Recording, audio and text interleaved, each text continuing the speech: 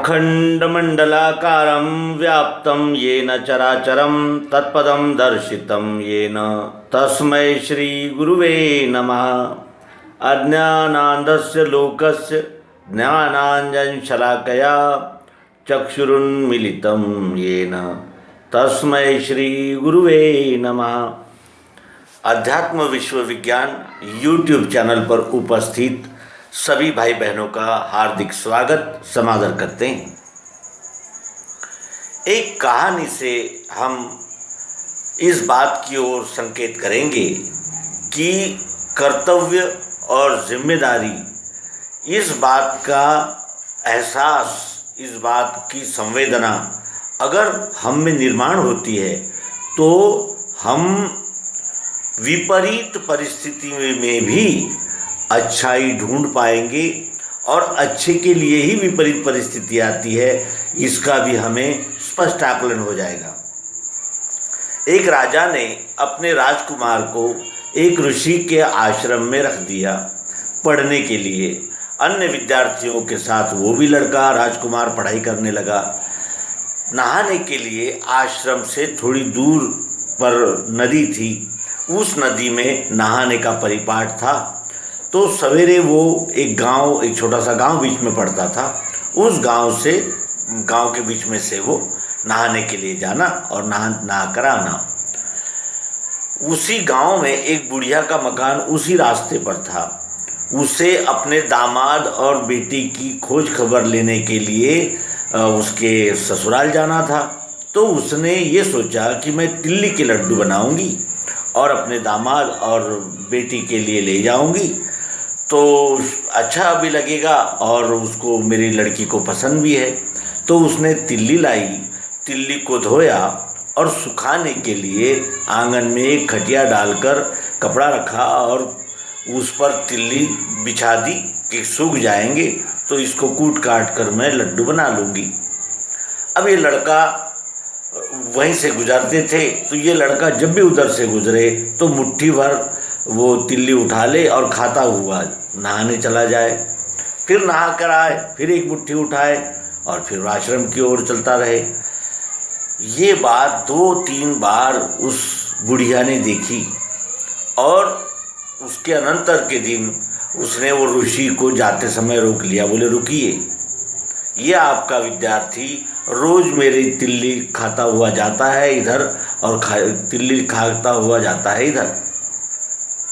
तो बोला, हराम का माल है क्या ये, क्यों ऐसा करते हैं?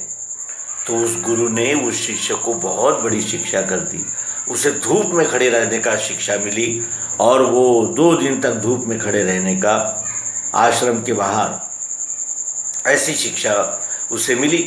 और 2 दिन तक वो राजकुमार ने शिक्षा भोगते हुए ये संकल्प लिया कि जब मैं राजा बनूंगा तब इस गुरु को अवश्य ही मज़ा चखाऊंगा। ये जानता नहीं है मैं किसका बेटा हूँ और मैं थोड़े ही दिन में मेरे पिताजी के बाद मैं ही राजा बनने वाला हूँ। ये मूर्ख नहीं जानता, मैं इसे अवश्य सबक सिखाऊंगा। ये संकल्प लेता हुआ रात भर और 2 दिन तक वहाँ वो रहा। और उसके अनंतर कुछ दिनों के बाद जब कोर्स पूरा हुआ, अभ्यास क्रम पूरा हुआ, तो जाने के लिए सब इकट्ठा आए। और जब जाने का प्रसंग आया तो सबने आज्ञा ली, राजकुमार ने भी आज्ञा ली और कहा कि जल्द ही मिलेंगे। तो गुरु ने सोचा कि ठीक है, अवश्य आइए।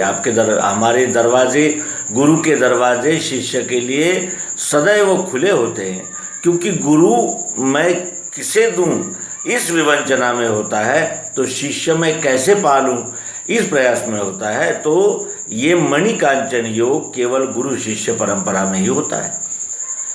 राजकुमार अपने गांव गए, फिर कालांतर में वो राजा बने और राजा बनने के बाद सभा, जो महासभा शुरू थी, उसमें पहला प्रस्ताव यही पास किया गया कि उस गुरु को पकड़ के लाया जाए। मैं उनसे यहाँ सवाल जवाब करूँगा और मेरे साथ जो उन्होंने बर्ताव किया उसकी उन्हें शिक्षा दूंगा, सज़ा दूंगा उन्हें।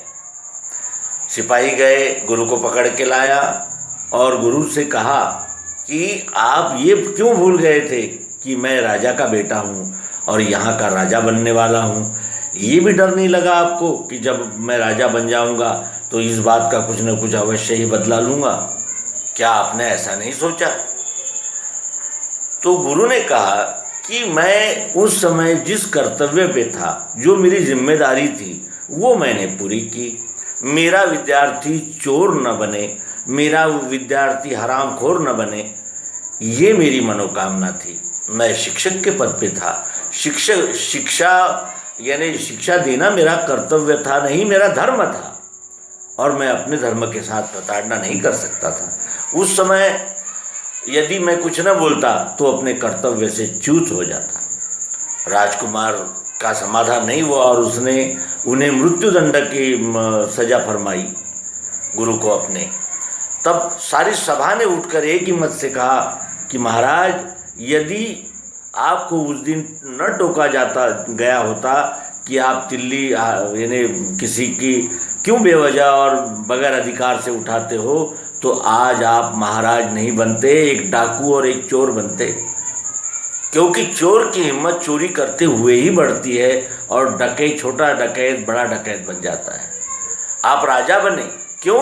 क्योंकि उस शिक्षा के संस्कार आप में थे, और आज आप इतने बड़े विशाल राज्य की बागडोर संभाल रहे हैं। ये योग्यता आपको इन गुरु के शिक्षाओं की वजह से प्राप्त हुई। राजा की भी आंखें खुली, उसने भी सोचकर देखा, तो उसे ध्यान में आया कि अगर मुझ में ये दुर्गुण अगर निर्माण हो जाते तो मैं राजा के रूप में रहता ज़रूर, लेकिन रहता डकैत, चोर। यह गुरु पद का महिमा है, यह गुरु पद का कार्य है।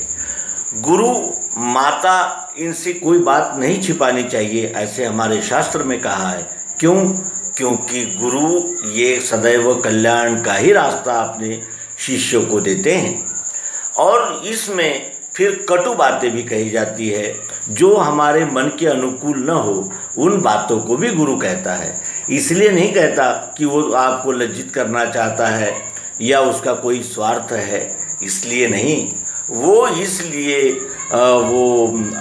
यानी अवगुणों पर और त्रुटियों पर दिशा निर्देश करता है, ताकि हम अध्यात्म क्षेत्र में प्रगतिशील हो।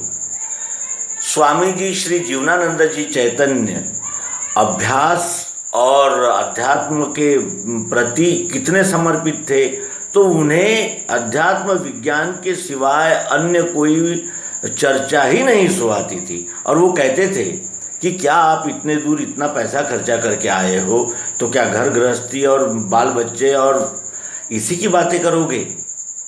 क्या इसी से सार्थक हो जाएगा आपका? ये वो कहते थे। तो आशय ये है कहने का कि कुछ लोगों ने हमें भी कुछ यानी एक संदेहास्पद उनकी ये दिखी संपर्क हमसे, और कोई बात नहीं, लेकिन सत्य तो कहना होगा। सत्यमेव जयते, सत्य की आज नहीं कल, कल नहीं परसों, परसों नहीं फिर कभी, लेकिन जीत होती है। क्यों? क्योंकि वो सत्य होता है। सत्य दबाया जा सकता है, छिपाया जा सकता है, लेकिन नष्ट नहीं किया जा सकता। तो सत्य को बताते हुए यदि किसी की भावनाओं को आघात पहुंचा है, और कोई अगर ये मानता है कि ये अध्यात्म विज्ञान से विरोधी बात आपने कही है, तो आप अवश्य ही कमेंट बॉक्स में अपने विचार नमूद करें। और हम जो कहते हैं वो सार्वत्रिक, सार्वभौमिक और सर्वभूत हिते रतः, यही भावना रखकर कहते हैं। व्यक्तिशाह और किसी पंथ, मत, संप्रदाय, विचारधारा, शास्त्र से हमारा कोई बैर नहीं है, क्योंकि हम इन सभी को एक एक स्टेजेस, एक एक स्टेप मानते हैं।